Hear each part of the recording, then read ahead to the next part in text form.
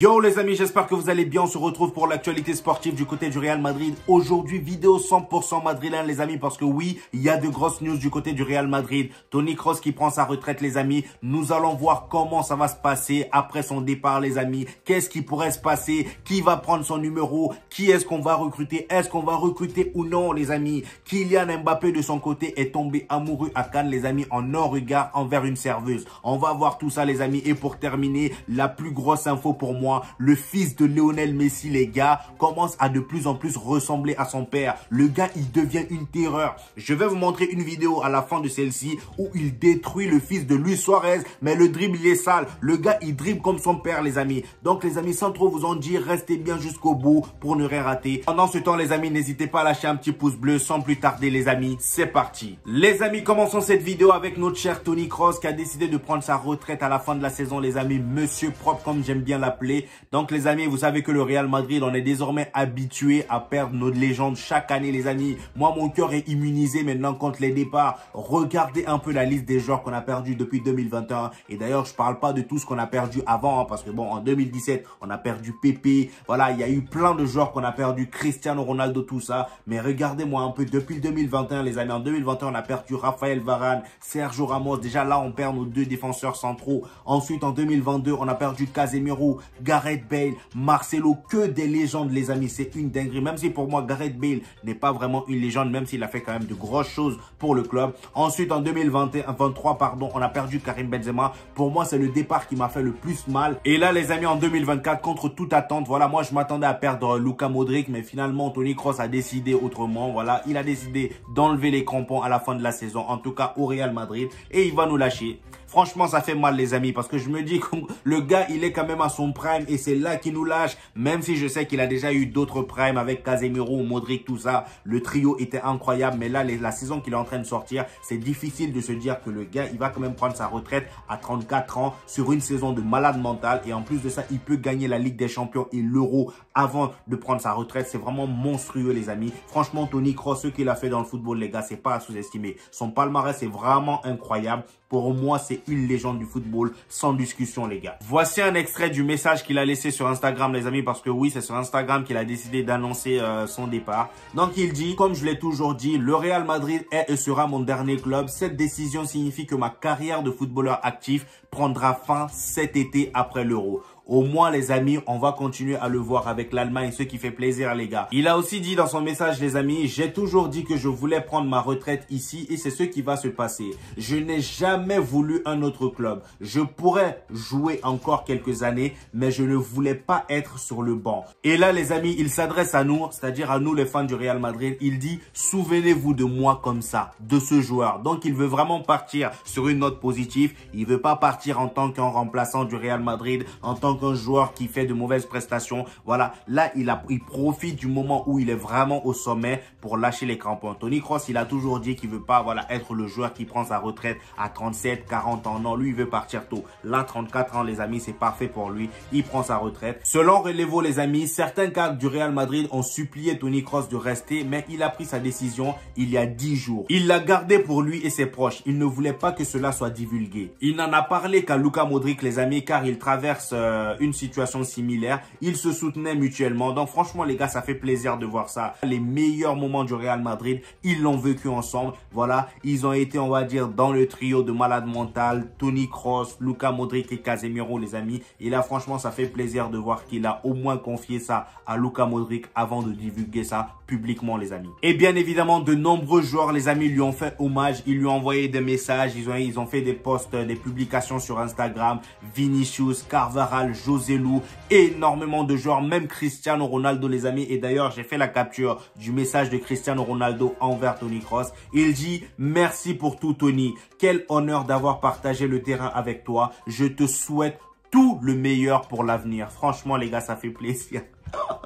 Ça me rappelle les moments, les 2017, les amis, quand Cristiano Ronaldo était là, Sergio Ramos, voilà, Casemiro. Ça fait plaisir, les amis, de voir ça. Ces messages-là, les gars, quand je les ai lus, franchement, ça m'a fait quelque chose au cœur, les gars. Donc, comme vous avez pu vous en douter, les amis, Monsieur Luka Modric va finalement continuer avec le Real Madrid pour une saison encore. Je me suis dit, mais c'est quoi la raison? Pourquoi ils ont changé d'avis comme ça? Bah, en fait, c'est parce que Toni Kroos avait décidé depuis un moment qu'il allait quitter le Real Madrid. Les amis, ici, nous avons le palmarès de Toni Kroos, toutes compétitions confondues. Voilà, comme vous pouvez le voir, il a gagné une Coupe du Monde avec l'Allemagne, 5 fois Coupe du Monde des clubs, 5 Ligues des Champions, 4 Super Coupes d'Europe, 4 Ligas, une Coupe du Roi, 3 Super Coupes d'Espagne, 3 Bundesliga, 3 Coupes d'Allemagne, une Super Coupe d'Allemagne. Franchement, les gars, il a tout gagné.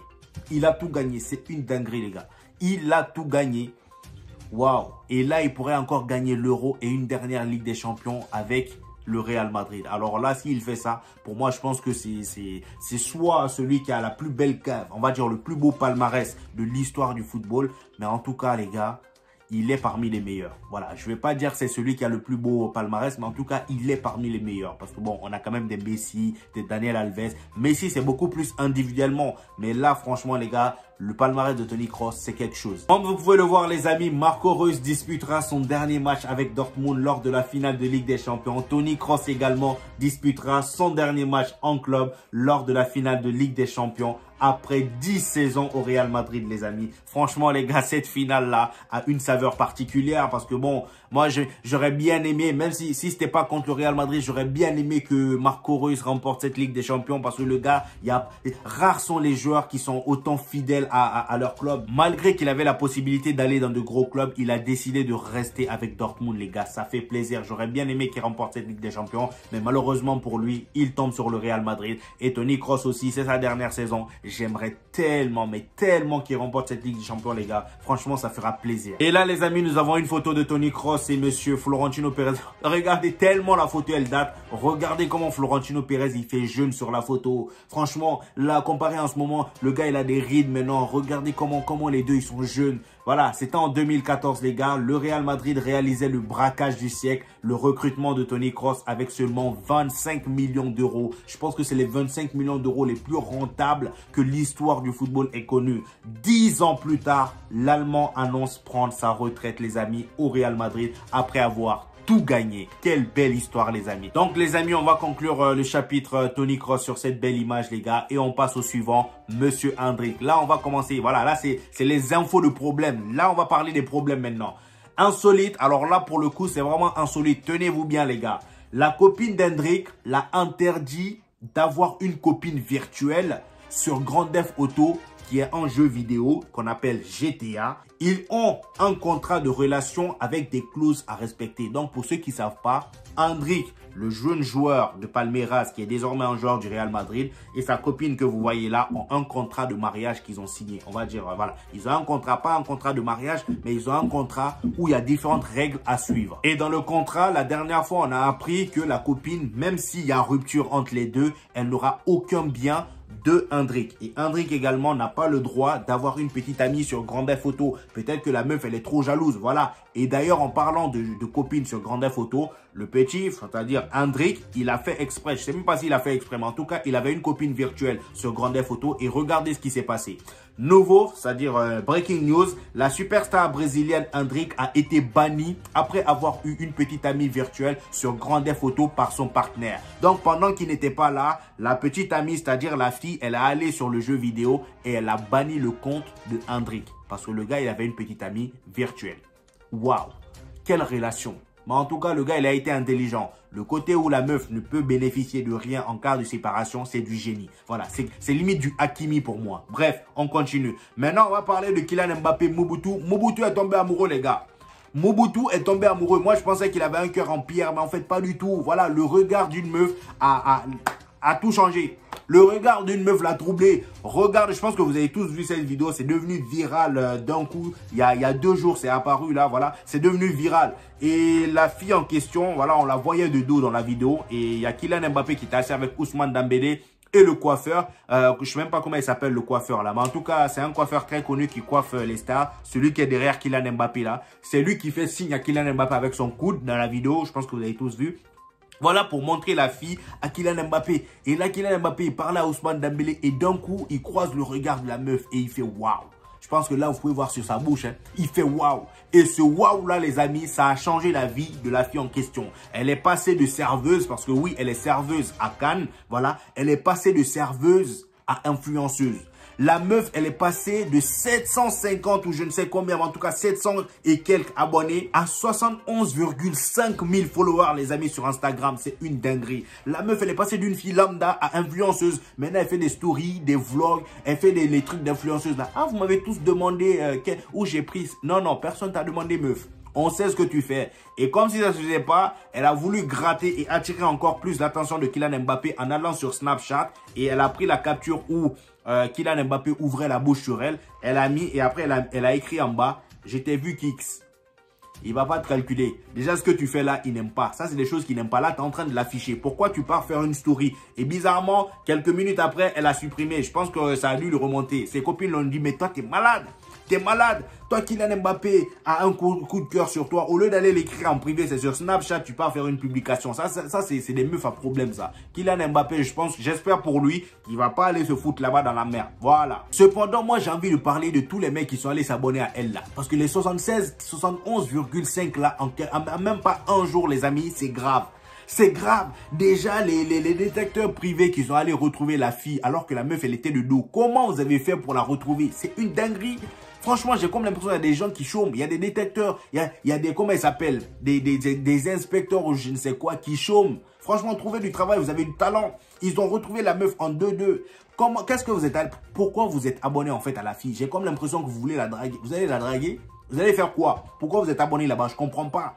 Là, vous l'avez rendue populaire alors qu'elle n'a rien demandé. Voilà, comme ça. Ça, c'est les hommes faibles. Bref, on continue. Et dites-vous que pendant cette soirée, les amis, cette fille-là n'était pas la seule à vouloir attirer l'attention de Kylian Mbappé. Même si, bon, elle a réussi. Mais dites-vous qu'à côté de la table de Kylian Mbappé, il y avait un groupe de meufs, comme vous pouvez le voir sur la photo, sur la vidéo. Je vais vous mettre la vidéo d'ailleurs, si je la trouve. Voilà. Il y avait un groupe de meufs qui était là à attirer l'attention de Kylian Mbappé. La meuf en blanc que vous voyez, la meuf, elle est en train d'attirer. Regardez, elle tourne sa tête et tout. Voilà. Elles attirent l'attention de Kylian Mbappé, tout ça, parce qu'elles savent qu'il y a des stars derrière, il y a des poids lourds derrière. Hein? Il y a la money, la maille derrière. Tout ça pour de l'argent. Franchement, les gars, le pouvoir de l'argent, c'est une dinguerie. Je ne savais pas que Kylian Mbappé avait autant de pouvoir et d'influence. Mais c'est là, les amis, sur ce coup-là, j'ai compris. Le gars, juste en ouvrant la bouche, il a rendu une fille populaire. Waouh. On passe au suivant, les amis. Toujours avec Kylian Mbappé, les amis, M. Florentino Pérez a fait le déplacement pour venir à Paris pour rencontrer Emmanuel Macron parce qu'apparemment Emmanuel Macron voudrait que Kylian Mbappé participe au JO. Donc, on ne sait pas encore la décision qui a été prise, mais en tout cas, je vous tiendrai informé.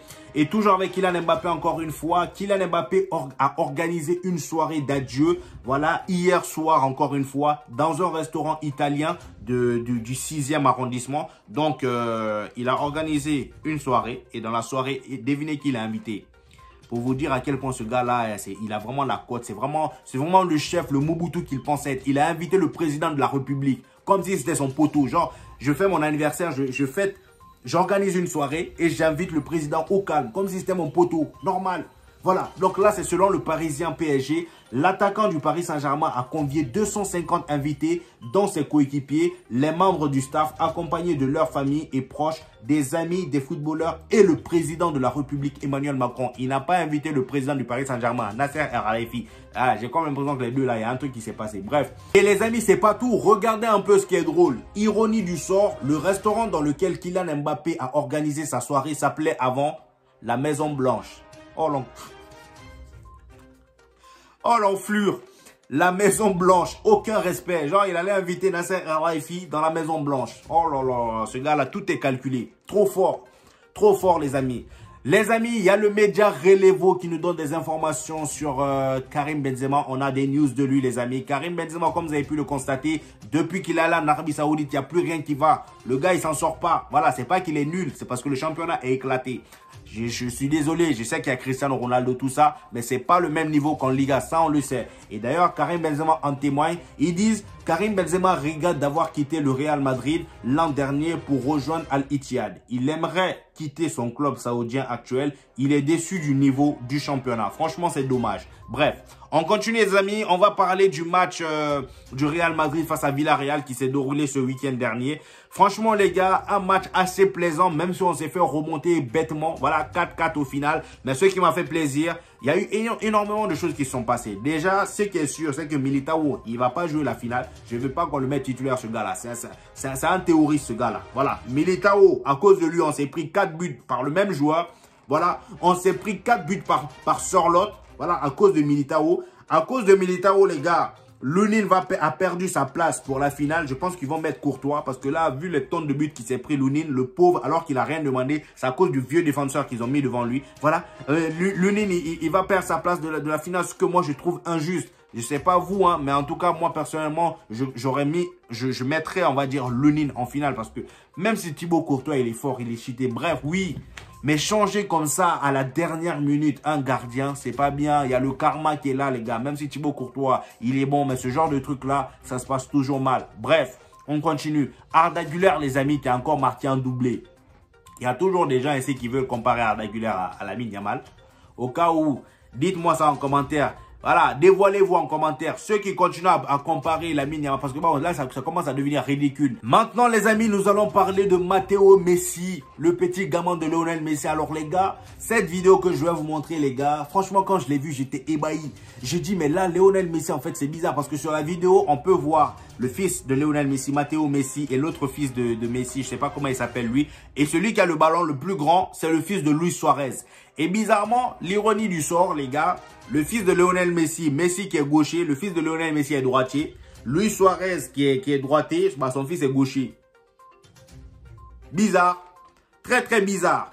Et là dans la vidéo les amis, je vais vous la mettre. Là dans la vidéo les amis, comme vous pouvez le constater, on a le fils, voilà. Il essaie de dribbler le fils de Messi. Même le fils de Messi dit non, Matteo Messi le gagne. Déjà en protection de balle, il est cheaté comme son père. Là il essaie, allez, mauvaise idée. Mauvaise idée, il tombe. Il se relève comme son père. C'est ça, ils n'abandonnent pas les gars. Ils abandonnent pas. On remet la vidéo les amis. Là, il dribble le premier fils. Le deuxième dit, mais toi t'es malade, tu veux humilier la famille Messi. Allez, quitte-la. Donne-moi cette balle. Il prend le ballon, tu veux tacler, allez, tiens. Voilà, il tombe, il se relève pour aller marquer. Et là, il tire, les amis. Incroyable. Ça me rappelle Lionel Messi. Et ça fait plaisir de voir que son fils a la même dégaine et peut-être va suivre la même trace que son père. Ah bon, là, je sais pas où il joue en ce moment. Mais en tout cas, j'espère qu'il va devenir un grand joueur, le petit. Bref, les gars, j'espère que vous avez bien aimé cette vidéo. N'oubliez pas le petit pouce bleu. Ça fait toujours plaisir, les gars. Voilà, c'était une petite vidéo comme ça pour vous donner des news du Real Madrid. Donc, les gars, merci d'avoir suivi cette vidéo. Et on se retrouve au prochain épisode, les amis. Peace!